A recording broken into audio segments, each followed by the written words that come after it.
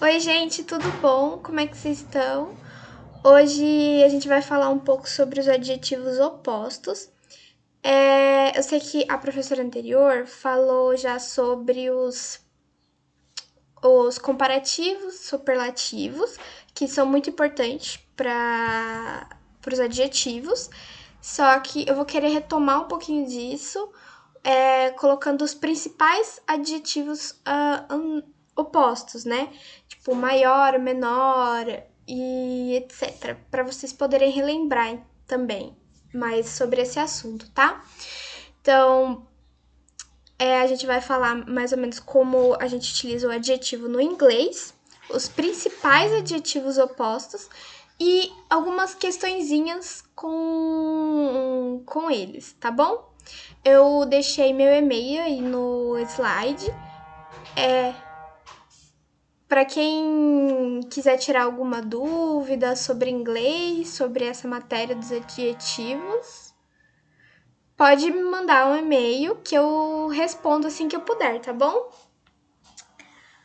Ó, o adjetivo, como vocês já sabem, ele qualifica um substantivo. Em inglês, a gente chama substantivo de noun. N-O-U-N.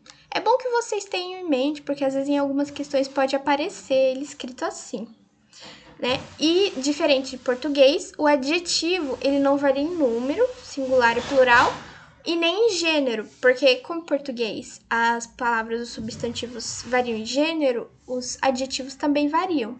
Em inglês, não. Então, facilita um pouco não, bastante, pra gente na hora de aprender inglês. Geralmente, antecede um substantivo também. Há algumas exceções no sentido de no verbo to be, quando você utiliza uma frase no verbo to be, às vezes ele pode ficar só no final também, mas são exceções. A maioria é essa regrinha aqui de anteceder o substantivo, né? Que em português, cadê o? Em português, opa, nota.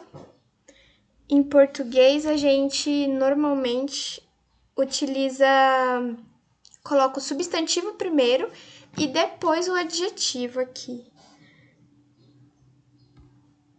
Ai, não tá indo. Ah, tudo bem. Ó, vocês conseguem ver que aqui em vermelho tá o substantivo. Carro, car. E em azul, o adjetivo. Grande, big. I have a big car. Eu tenho um carro grande. Aqui você inverte a ordem, certo? Agora a gente vai falar um pouquinho dos principais adjetivos. Adjetivos opostos, né? Que é o big, small. Aqui a gente tem, para ilustrar, um elefante e um ratinho. O small, que é pequeno, certo? Você pode escutar também little. A gente viu little nos quantifiers também, na aula passada, tá? Small, big, que é grande e pequeno, certo? Old versus young. Old é uma... A gente utiliza para qualificar alguma coisa velha, certo? Normalmente uma pessoa ou algum objeto também. E young é novo, certo? A gente normalmente utiliza para pessoas. Quando uma pessoa é jovem, mais novo, a gente utiliza young. Para objetos, a gente normalmente utiliza o new, que é N-E-W, certo? N-E-W, new, para mais objetos, assim, em vez de pessoas. Pessoas é mais young. E aqui, para ilustrar, a Pablo Vittar e a Simone Simaria, short e tall. Short é em relação à altura, que é pequeno, normalmente uma pessoa pequeno. Ajuda você a assimilar short com short, que a gente fala, o short. Que normalmente o short é bem menor do que uma calça, então short é menor. Em relação à altura, tá? Tamanho de altura. E tall, que é mais alto, certo? Ó, aqui eu coloquei expensive, rich e cheap and poor, porque são duas ideias parecidas, não são as mesmas coisas, mas são parecidos. Cheap, aqui a gente vê na nota de R$1, é para barato, alguma coisa mais barata em relação a preço. Poor é pobre. Já dá para perceber que a palavra em inglês é parecida com em português, certo? Mas é bom vocês assimilarem que são duas ideias parecidas, certo? E aqui na nota de 200, com vira-lata caramelo, a gente tem expensive, que é algo caro, e rich, que é rico, certo? Ó, agora aqui, acho que vocês também já devem ter escutado bastante essa. É bem utilizado, que é hot e cold. Hot é para quente, calor, e cold é para frio. Vocês podem ouvir também warm, que é W-A-R-M, que é mais para quente também. Morno, warm. Vamos ver o próximo. Happy versus sad. Happy é feliz, como a Joama está ilustrando, e sad, triste. Vocês também podem ouvir, em vez de sad, unhappy, que é o happy mais o prefixo UN, que dá valor, que dá a ideia de oposição, né? Unhappy também é muito utilizado. Hard versus easy. Hard é alguma coisa difícil, certo? Vocês também podem ouvir difficult, que difficult é parecido com difícil, né? A palavra difícil em português. Então eu coloquei hard, que é um pouco mais diferente para vocês gravarem essa. Se vocês ouvirem difficult, vocês provavelmente já vão saber o que significa, tá bom? E easy é algo fácil, né? Muito tranquilo de fazer. Vocês também podem ouvir a expressão a piece of cake. Piece é tipo pedaço de bolo, numa tradução literal.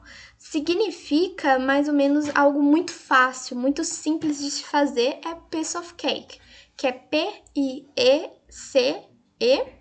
of, O-F, e cake, que é C-A-K-E, né, bolo. Eu escreveria aqui, mas eu acho que não sei por que não tá funcionando. As configurações estão meio problemáticas hoje. Outros adjetivos também muito utilizados. Fast versus slow. Fast, que é rápido, né? A menininha correndo, ela está rápida. Slow, devagar, certo? Fat versus skinny. Para ilustrar aqui, a gente tem a Monica Geller de Friends, que é uma série muito boa, muito engraçada e que ajuda muito para quem tá aprendendo inglês também. Fat é gordo e skinny, magro. Skinny também vocês já devem ter ouvido daquela calça skinny, que ela é mais apertada. Dá para assimilar também.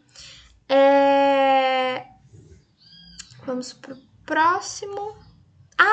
Outra coisa. Vocês talvez podem ouvir thick e thin. Thick é mais para grosso, algo grosso, alguma pessoa um pouquinho acima do peso também. Thick é mais, acho que é até mais polite, mais educado de dizer do que fat. E também vocês podem ouvir thick e thin. Thin, quando tem um N no final, daí já é para fino, magro, tá bom? Thick é gordo, thin, magro, tá bom? E agora, acho que vocês provavelmente já ouviram também, é bem comum, mas é bom relembrar caso vocês esqueçam, que é pretty e ugly. Pretty é para algo bonito, né? Também vocês já devem ter ouvido beautiful, que é bem usado também. E ugly, que é o oposto, algo feio, mas... pretty também, além de ser utilizado como adjetivo, né, para bonito, para lindo, pode ser utilizado como muito, né, mais ou menos na tradução. Quando você tem o pretty e depois outro adjetivo, que é, sei lá, Pretty ugly. Não é uma pessoa bonita e feia. É uma pessoa razoavelmente bastante feia. Pretty big. Bastante muito grande, certo? Então, se atente. Se o pretty não tiver um adjetivo depois, ele realmente está qualificando aquele substantivo como bonito. Se tiver um adjetivo depois, ele tá quantificando, falando que é muito, muito feio, muito alguma coisa, né? Good e bad. Vocês provavelmente já devem ter escutado bom, ruim. O bom, o mal é bem utilizado também. Então, aí para ilustrar o Faustão, good e bad, tá bom? Agora a gente vai para uma questãozinha. In the follow excerpt, the government received notifications of... gente, isso aqui é muito importante que vocês saibam que numa questão eles provavelmente podem te confundir. Em inglês, quando a gente vai falar de números e quando a gente vai colocar um decimal, em vez de colocar vírgula para decimal, eles colocam ponto. A vírgula é a mesma coisa do ponto em português. Então, aqui não é 3,360, aqui é 3.360. 3,306, tá bom? Só para vocês, isso é bom vocês saberem, porque quem não presta atenção nisso acaba errando na questão. Porque às vezes é um conteúdo importante, uma informação importante, tá? No following excerpt, nessa frase a seguir, the government, o governo, received notifications, receberam notificações de 3.360 potential victims of modern slavery in England. Você tá vendo que tá sublinhado? É porque é uma informação importante. Tanto que você vê aqui, the underline words. The underline é sublinhado, tá? Are respectively. Então, eles estão falando essas palavras sublinhadas. Ih, já foi na outra.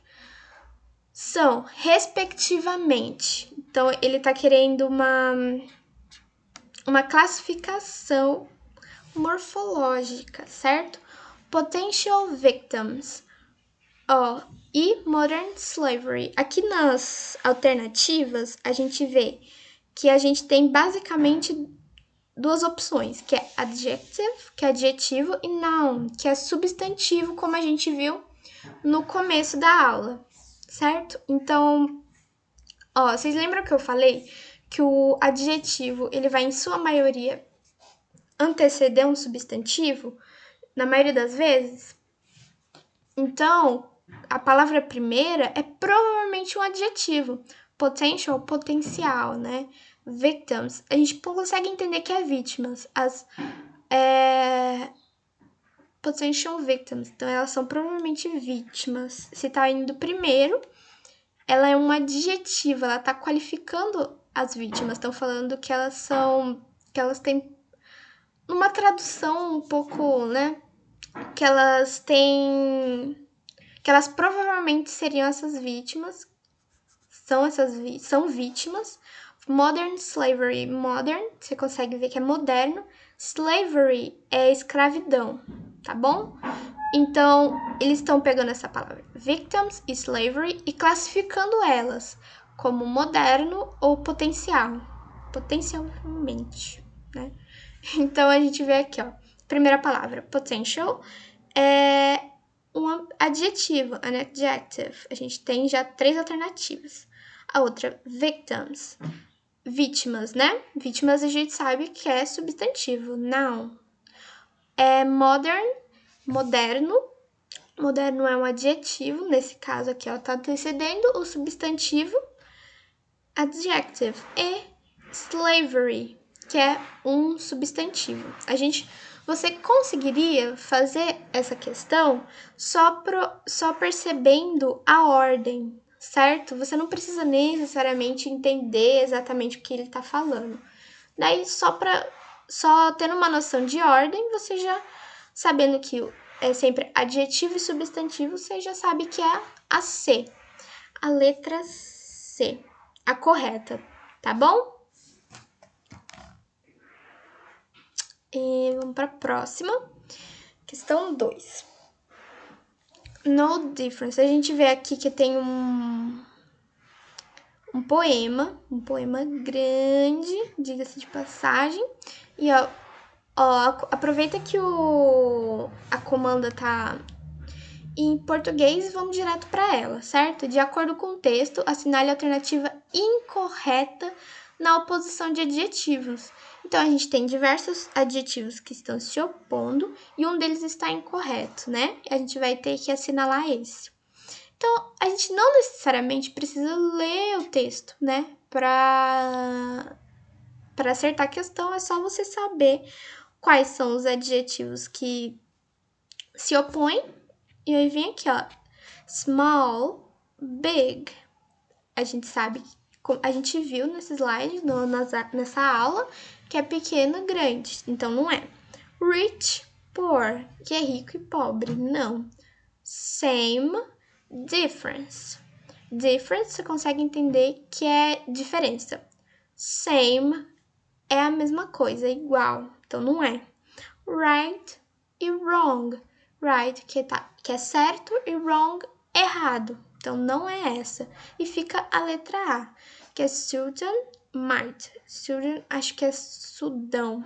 Sudão não, perdão.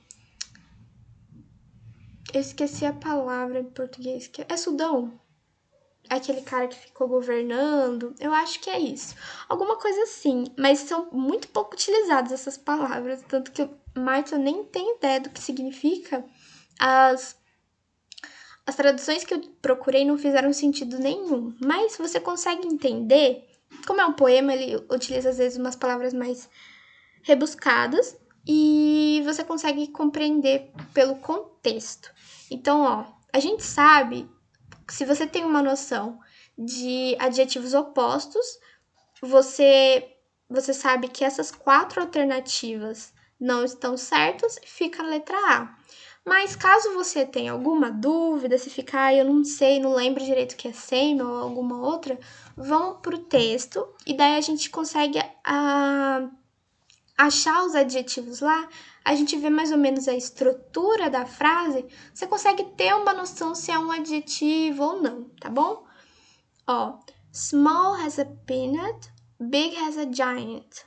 Então, small e big a gente sabe que é grande e pequeno. Has a, então a gente tá comparando. É pequeno como peanut. Peanut é um amendoim. Giant, a gente já consegue perceber que é gigante, alguma coisa grande. Então, é pequeno como um amendoim e grande como um gigante. We're all the same size. Todos nós temos o mesmo tamanho. When we turn off the light, quando a gente desliga a luz. Rich has sultan, poor has a might. Então, a gente tá vendo que no começo tem um adjetivo que você qualifica a outra palavra que vem no final. Então, nessas 4 estruturas que a gente viu aqui, essa estrutura dessas 4 frases, que a gente viu aqui, elas são muito parecidas. Então, você sabe que o adjetivo, a qualificação tá vindo no começo e a gente compara com algum objeto. Pequeno como tal coisa, grande como tal coisa, rico como tal coisa, pobre como tal coisa. Então, a gente consegue até ter uma noção do que significa. Rich has a sultan, poor has a might. Então, a gente sabe que essas duas palavras não tem como elas serem adjetivos, porque você não vai qualificar um adjetivo com outro adjetivo, sabe? Não faz sentido. Então, a gente sabe que é a letra A, tá bom? Então, você pode utilizar essas duas maneiras de resolver esse exercício, tá? Eu espero que tenha ficado claro para vocês. Eu queria relembrar, né? O objetivo dessa aula foi relembrar esses principais adjetivos que vocês provavelmente vão se deparar em alguma questão de vestibular e Enem, e com alguns exemplos, porque esses exemplos ilustratórios talvez ajudam vocês a lembrarem, porque se eu só passar uma lista enorme de adjetivos opostos, vocês vão ler e vocês já vão esquecer depois de 5 minutos, né? Então, com esse tipo de instrumento, de fotos, essa ajuda visual, talvez vocês consigam gravar melhor. Caso necessário, veja a aula de novo também. É uma aula curtinha, então não vai tomar muito tempo e ajuda vocês a relembrarem esses principais adjetivos que são muito importantes. São básicos, pequeno, grande, você sabe que você encontra em qualquer lugar, certo? Então, para ajudar também os adjetivos, dá uma olhada, se eu não me engano, é a aula 2, que é sobre superlativo, comparativo, e essa aula também, tá? Então, eu espero que essa aula seja proveitosa para você, que você estude bastante, que te ajude no seu aprendizado com o inglês para o vestibular, né? E boas aulas, tá bom, gente? Bons estudos. Tchau!